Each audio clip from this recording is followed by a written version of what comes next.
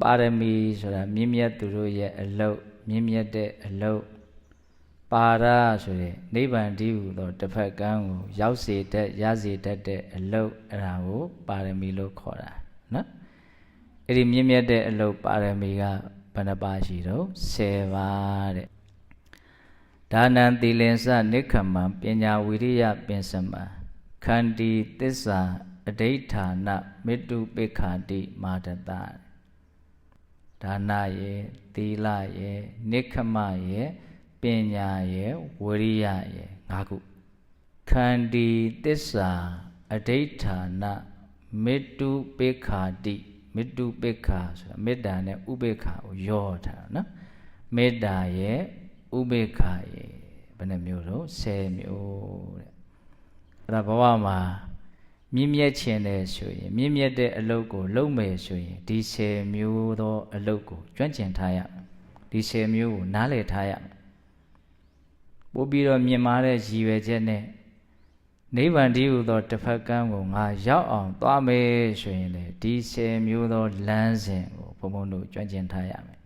နံပါတ်1ဒါနတဲ့နှမျောဝန်တိုမှုအညစ်အကြေးကိုစစ်ကြောနိုင်ရပေးနိုင်ရမယ်ဝေနိုင်ရမယ်မျှနိုင်ရမယ်နော်ကိုယ့်ရဲ့အစွမ်းအစရှေးအတိတ်ကံပြစ္ဆုတ်ပံအစွမ်းအစတွေပေါင်းဆက်လို့ရထားတဲ့ဥစ္စာပစ္စည်းကိုတယောက်တည်းသုံးဆွဲမယ်ဆိုတဲ့ဘောင်ချင်းနဲ့အမြင်ကိုကြော်လွန်စေရမယ်တတ္တဝါတွေကိုလည်းဝေမယ်မျှမယ်ဝေနိုင်တဲ့စိတ်မျှနိုင်တဲ့စိတ်ဟာမြင့်မြတ်တဲ့စိတ်ပဲဒါနတဲ့ပြီးတော့မှာတော့သီလတဲ့သီလဆိုတာကိုယ်နဲ့နှုတ်ကိုအပြစ်ကင်းအောင်စောင့်စည်းတာကိုယ့်ရဲ့ကာယကံမှုဝစီကံမှုကြောင့်ဘယ်သူကိုမှမထိခိုက်စေရဘူးဟုတ်လားဒါနံသီလင်္စနိက္ခမဟောနိက္ခမနိက္ခမဆိုတာထွက်မြောက်ကြောင်းတရားလို့အဓိပ္ပာယ်ရတယ်ဟုတ်လားအကုသိုလ်သဘောကနေကုသိုလ်သဘောဖြစ်အောင်လုပ်ရင်အဲ့ဒါနိက္ခမဖြစ်တော့တာပဲသူကနားလည်ရမယ်နော်ဒီဥစ္စာလေးကိုနိက္ခမဆိုရင်တောထွက်တာလို့ဘောင်ချင်းချင်းလေးနားလည်ထားလို့မပြည့်စုံဘူးခုထိုင်နေရင်နဲ့နိက္ခမဖြစ်အောင်လုပ်လို့ရတယ်ပြောရရင်ကုသိုလ်တရားမှန်သမျှအလုံးဟာနိက္ခမပဲတော့ညင်နွမ်းမှုကနေဖြူစင်မှုတွေကိုထွက်သွားတာပေါ့နော်ဒီနေကြနေရာလေးကညင်နွမ်းတယ်စိတ်ကလေးကနေကြနေရာလေးကညင်နွမ်းတယ်ဟုတ်လားအဲ့ဒါကိုဘုံဘုံတို့ကဖြူစင်မှုတွေကိုရှေ့ရှုပြီးတော့ထွက်နိုင်အောင်လုပ်တယ်အနှစ်သာရရှိထွက်နိုင်ဖို့လိုတယ်နော်ညင်နွမ်းမှုကနေဖြူစင်မှုတွေကိုထွက်တယ်ပူလောင်မှုကနေငြိမ်းအေးမှုတွေကိုထွက်တယ်လှုပ်ရှားမှုကနေငြိမ်သက်မှုတွေကိုထွက်တာရှုပ်ထွေးမှုကနေရှင်းလင်းမှုတွေကိုထွက်တာမလီကောင်းတယ်နော်အဲ့ဒါဘာတော့နိက္ခမဒါနံသီလင်္စနိက္ခမပညာဝီရိယပင်စမပညာတဲ့ပညာဆိုတာသဘာဝတရားတွေရဲ့အကြောင်းကိုပိုင်းခြားဝေဖန်ပြီးတော့အသေးစိတ်မှန်မှန်ကန်ကန်သိတာကိုပညာလို့ခေါ်တာအလွန်မြတ်နိုးစရာကောင်းတဲ့သဘာဝတရားတစ်ခုယရနာလို့မြတ်စွာဘုရားဟောတယ်နော်ပညာနရဏံရတနံလူသားတွေရဲ့လောကမှာ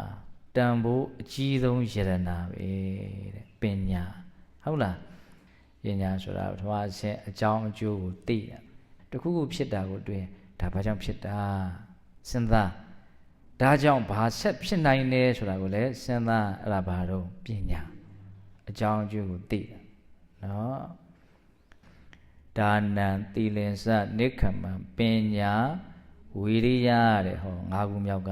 မြင့်မြတ်ခြင်းတဲ့လူဟာကြိုးစားရမယ်မကြိုးစားလို့မရအောင်ငါလုပ်မယ်ဒီလုပ်ငန်းကိုလုပ်မယ်ဒီစိတ်ရှိရမယ်နော်တကယ်လည်းပဲဘုန်းတော်ကနော်ဒါနလည်းကြိုးစားမှဖြစ်တာသီလလည်းကြိုးစားမှဖြစ်တာနိက္ခမလည်းကြိုးစားမှဖြစ်တာပြောရရင်ဘယ်ကုသိုလ်ပဲဖြစ်ဖြစ်ကြိုးစားမှရတာဒီတိုင်းနေလို့ဘာမှရလာတယ်ဆိုတာမရှိဘူးဒါကြောင့်ပြောထားတာလေးတစ်ခုကောင်းတယ်ပေါ်လာတယ်နော်ချင်းသေးကြီးကစွန့်လိုက်တာသူ့မှာတခါလဲခွန်အာဗလာလည်းပြည်တယ်ခြေတော်မှာလည်းပဲခြေသေးကြီးတွေလက်သေးကြီးတွေလည်းပါတယ်သူ့ရဲ့လက်ရဲ့တတော်မှာဆိုရင်ဝှက်ထားတဲ့ဟာကြီးတစ်ခုပါသေးတယ်နော်အလွန်မှလည်းပဲအသက်အပုတ်ကျွမ်းကျင်တဲ့သားကောင်ကိုဘလို့သားကောင်မဖြစ်ဖြစ်မိအောင်ဖမ်းနိုင်တယ်ဒါပေမဲ့အိပ်ပျော်နေတဲ့ချင်းသေးကြီးရဲ့ပါဇက်ထဲကို ဘယ်သားကောင်မှအလိုလျောက်ဝင်မလာဘူးတဲ့ဟုတ်လားကျုပ်တို့လည်းပဲအစွမ်းတွေရှိတယ်လုံနိုင်စွမ်းတွေရှိတယ်မြင့်မြတ်နိုင်စွမ်းတွေရှိတယ်သို့တော့ဝရိယမရှိဘူးအိပ်ပျော်နေတဲ့ချင်းသေးကြီးလိုဖြစ်နေမယ်ဆိုရင်ဘလောက်အစွမ်းရှိဘယ်သားကောင်မှအလဲကဝင်မလာဘူးတဲ့ဟုတ်လားကောင်းတယ်နော်ဒါကြောင့်ဘုန်းတို့မြင့်မြတ်ခြင်းဘာလို့အောင်တော့ကြိုးစားရမယ်ကြိုးစားလို့မရအောင်ဟုတ်လားဒါနံသီလင်္စနိက္ခမပညာဝိရိယပင်စံမပြီးတော့လည်းတော့ခန္တီသစ္စာအဋိဋ္ဌာနခန္တီဆိုတာဘာတော့ပြီးခံနိုင်တာမြင့်မြတ်ခြင်းတဲ့လူတနည်းအားဖြင့်တစ်ဖက်ကန်းတည်းဟူသောနိဗ္ဗာန်ကိုရောက်ခြင်းတဲ့လူဟာဒီအည်သွေးရှိရမယ်ဒီလမ်းစဉ်ကိုရှောက်လန်းနိုင်ရမယ်ငါသိခံမယ်။ကိုင်ပြောပါစီရပါတယ်ပြန်ပြီးတော့စိတ်ကဒေါသနဲ့မတုံ့ပြန်ပါဘူးထားလိုက်ပါတော့တကယ်တမ်းကကိုဒီလက်ရောက်ကိုလာပြီးတော့နှိပ်စက်တယ်စော်ကားတယ်ဆိုတာဘဝမှာအလွန်မှရှားပါပါတယ်အလွန်ဆုံးကိုနှိပ်စက်ကြတာဒေါသဖြစ်အောင်လုပ်ကြတာပြောတာဆိုတာလောက်ပဲရှိတာပါတချို့ဆိုရင်ကိုရှိတောင်မပြောရှာပါဘူးကိုယ်ရလောက်ပဲပြောတာပယ်လာတဲ့လူရှိလို့သာကြားရတာနော်အဲ့တော့ဘုန်းဘုန်းကဘာရသေးချင်တာဆိုတော့သိခံလိုက်ပါထားလိုက်ပါစိတ်ထဲထည့်မနေပါနဲ့ဆိုတဲ့သဘောလေးပေါ့နော်တချို့ကိုယ့်အကိုအလုံးရှုပ်ခံပြီးတော့ဒါကြီးကိုတွေးနေလို့ပြဿနာဖြစ်နေတာထားလိုက်ဓာတ်တဲ့အရေးကြီးတဲ့လို့ငါလောက်အောင်ပဲဆိုရင်အလိုလိုသိခံပြီးသားဖြစ်သွားဘယ်တော့ကောင်းတော့ဟုတ်လားဒါကြောင့်မြင့်မြတ်ခြင်းနဲ့ဆိုရင်ဘာလို့အောင်တော့သိခံရမယ်ခန္တီပရမတ္တပောတိတိခာဒီအကျင့်ဟာအကောင်းဆုံးကျင့်ပဲတရထပရမအတ္တာသူလောက်ကိုယ့်ရဲ့အကျိုးစီးပွားကိုဖြစ်ထွန်းစေတဲ့အရာဘယ်ရာမှမရှိဘူးလို့ခန္တီရဲ့အပေါ်မှာမြတ်စွာဘုရားအဲ့လိုမြင်တာခန္တီပြီးတော့ပါတော့သစ္စာတဲ့မြင့်မြတ်ခြင်းနဲ့နိဗ္ဗာန်ကိုရခြင်းနဲ့ဆိုရင်မှန်ကန်ရမယ်အပြောမှန်ရမယ်အလုံးမှန်ရမယ်အထူးသဖြင့်ကိုယ့်ရဲ့နှုတ်ကထွက်တဲ့စကားဟာမှန်ကန်ရမယ်သစ္စာမရှိဘဲနဲ့သစ္စာသိဖို့မလွယ်ဘူးဟုတ်လားသစ္စာဆိုတဲ့အမှန်တရားကိုသိရင်အရိယာဖြစ်တာပဲအရိယာဆိုတာဖြူစင်တာကိုပြောတာနော်အဲ့ဒီသစ္စာဆိုတဲ့အမှန်တရားကိုသိခြင်းရင်သစ္စာအရင်ဘာလို့အောင်လို့ရှိရမယ်မှန်ရမယ်ပေါ့နော်ခန္တီသစ္စာပြီးတော့ဘာလို့အဋိဋ္ဌာနဲ့အဋိဋ္ဌာနအဋိဋ္ဌာဆိုတာဒါလုံမယ်ဆိုလို့ရှိရင်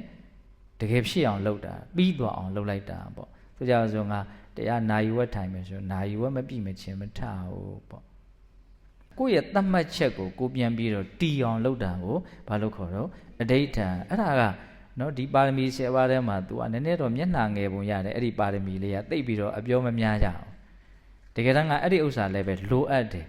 နော်အောင်မြင်ခြင်းနဲ့မြင့်မြတ်ခြင်းနဲ့နိဗ္ဗာန်ရခြင်းနဲ့ဆိုရင်အဲ့ဒီအဋိဋ္ဌာလည်းပဲပါဖို့လိုရယ်နော်ဒါမှပါရမီကအလွန်ကောင်းတယ်နော်ပါရမီ10ပါးခန္တီသစ္စာအဋိဋ္ဌာနပြီးတော့ပါတော့မေတ္တုပေခာတိမာရတာတဲ့မေတ္တာဥပေက္ခမေတ္တာဆိုတာတတ္တဝါတွေရဲ့အပေါ်မှာအကျိုးလိုလားတဲ့စိတ်ကောင်းစေခြင်းနဲ့ချမ်းသာစေခြင်းနဲ့အစဉ်ပြေစေခြင်းနဲ့အလွန်ကောင်းတဲ့စိတ်ပဲစိတ်ကောင်းနှလုံးကောင်းဆိုတာအဓိကမေတ္တာကိုပြောတာလို့တောင်ကြုတ်ကခံစားရတယ်သူများပေါ်ချမ်းသာစေခြင်းနဲ့ကောင်းစေခြင်းနဲ့မှအစဉ်မပြေတာမဖြစ်စေခြင်းအဲ့ဒီစိတ်ကလေးကအမွန်မြတ်တယ်နော်အဲ့တော့ခဏခဏကိုယ်စိတ်ထဲဖြစ်အောင်လုပ်ရင်ငြိမ်းအေးပြီးတော့လူကဘလို့ဖြစ်တာတော့ဆိုတော့ဒေါသကြောင့်အလိုမကျမှုကြောင့်ဖြစ်တယ်လှုပ်လက်ခတ်မှုတွေပူလောင်မှုတွေအများကြီးလျော့နေဟုတ်လားဒါကြောင့်မြင့်မြတ်ခြင်းတယ်ဆိုရင်မေတ္တာကိုလည်းဘုန်းဘုန်းတို့နားလည်ပြီးတော့ကျွမ်းကျင်အောင်လုပ်တတ်ရမယ်ဟုတ်လားမေတ္တာပြီးတော့ဘာတော့ဥပေက္ခတဲ့ဥပေက္ခကတော့မြင့်မြတ်တဲ့လေးလျူရှုမှုပညာနဲ့ရှင်တဲ့လေးလျူရှုမှုဥပေက္ခကသူကအလွန်ညီမျှတဲ့သဘောဘက်လိုက်မှုဘာမှမရှိဘူးသူကမြင်မာတဲ့ရှုတော့ပြောရမှာဆိုရင်ချမ်းသာလို့လည်းပဲသူကလောဘသဘောနဲ့ညှွတ်ကြသွားတယ်လို့မရှိဘူးဆင်းရဲလို့လည်းပဲဒေါသနဲ့ပေါက်ကွဲသွားတဲ့သဘောလည်းမရှိဘူးအလွန်မှငြိမ်သက်တဲ့သဘောမျှတတဲ့သဘောညီမျှတဲ့သဘောဒါအလွန်မှမြင်မာတဲ့သူတော်ကောင်းတရားတစ်မျိုးပေါ့နော်အဲ့ဒါကျတို့မြင့်မြတ်ခြင်းတဲ့လူတွေဒုက္ခဘုံကနေလွတ်ပြီးတော့ဟိုဘက်ကန်းတီးဟူသောနိဗ္ဗာန်ကိုရောက်ခြင်းတဲ့ပုဂ္ဂိုလ်တွေဒီပါရမီ10ပါးကို